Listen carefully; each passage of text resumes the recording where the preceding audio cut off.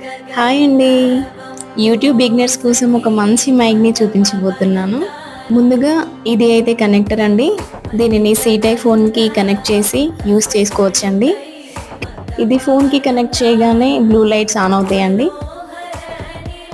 ఇక మైక్ విషయానికొస్తే దీని బ్యాక్ సైడ్ పవర్ బటన్‌ని 2 సెకండ్స్ ప్రెస్ చేస్తే ఆన్ అవుద్ది. ఇక ఆన్ చేసినప్పుడు లైట్ అనేది బ్లింక్ అవుద్ది.